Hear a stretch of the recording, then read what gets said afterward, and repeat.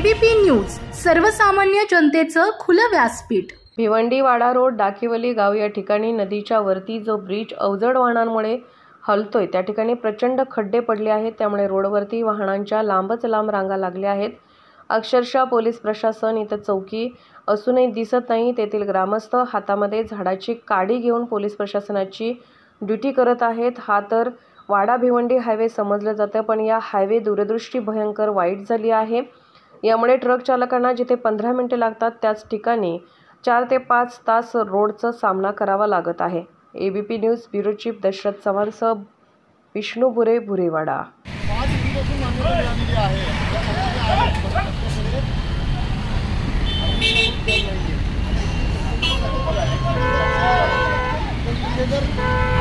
ओढवला तर आम्हाला अत्यावश्यक सेवा म्हणून काही नाही।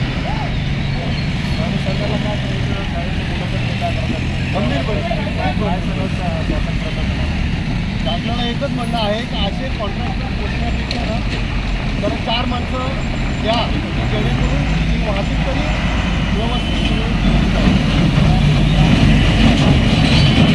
जर नसते तर तिकडनं एक मार्ग वसईला जातो, एक ठाणा कल्याणला जातो, एक भिवंडीपर्यंत जातो जो रस्ता, तिथपर्यंत ट्रॅफिक पोहोचतो। आम्हाला 4 ते 5 घरातल्या माणसांना दररोज 1-2 तास इथे थांबून आलटी-पालटी करून प्रत्येकाची कामं आहेत, प्रत्येकाचा वेळ महत्त्वाचा। अशा परिस्थितीमध्ये आम्हाला स्वतःचा वेळ बाजूला ठेवून किंवा स्वतःचा वेळ इथे काढून आम्हाला 1-2 तास जी ट्रॅफिक आहे ती क्लिअर करावी लागते।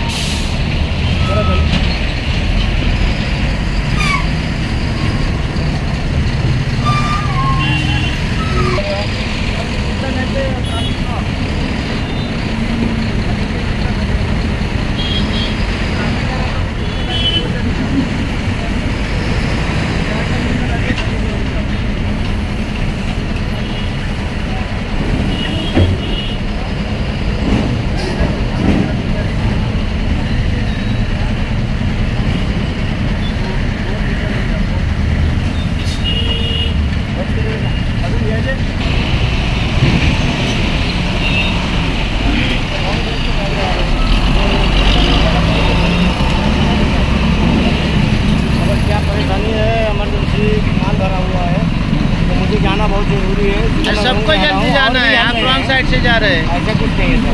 तो क्या क्या दिक्कत आती है आपको खड्डे की वजह से? आप खड्डे की वजह से हमारे काटे टूट जाते हैं।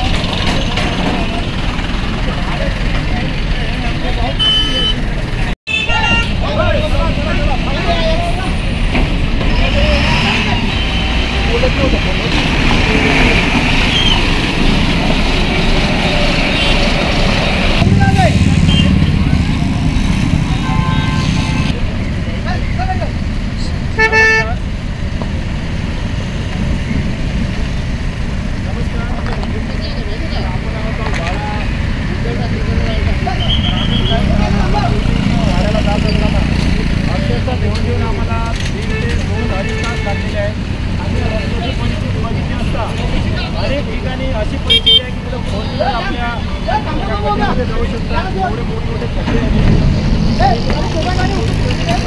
डाकीवली पोलीस चौकी एकही या ठिकाणी आलेला नाही।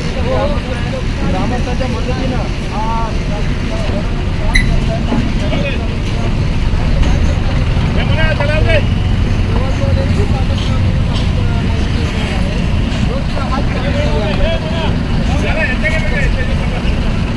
साहेब काय परिस्थिती आहे? नमस्कार, आम्ही ग्रामस्थ आणि तुम्ही आल्यानंतर म्हणतायत बाजू आहे की इथे दररोज शाळेत काय पैसे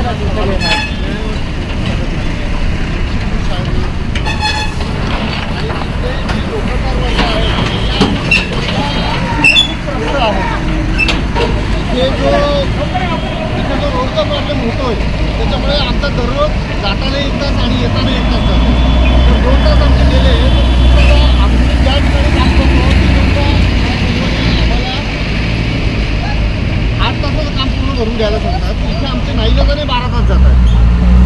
घरच्या ज्या लेडीज वगैरे ज्या कामाला जातात त्यांनी घरी यायचं कधी, स्वयंपाक कधी बनवायचा किंवा लवकर निघताना मग सकाळचा स्वयंपाक कधी बनवायचे आणि म्हणजे फक्त हे कॉन्ट्रॅक्टरला 2 पैसे मिळावेत म्हणून सगळ्यांची हैराणी करतात. ते आता बघू शकता बाजूला पोलीस चौकी आहे, अजून काही पुढे पोलिसांचं म्हणाल तर हे स्टाफच कमी आहे आणि ही आहे फिरत्या पथकासाठीची चौकी आहे. ते पण त्यांच्या परीने 24 तास राबतात. त्यांचं काही आम्ही त्यांना दोष देत नाही आहे. सगळेच रस्ते खराब झालेले आहेत.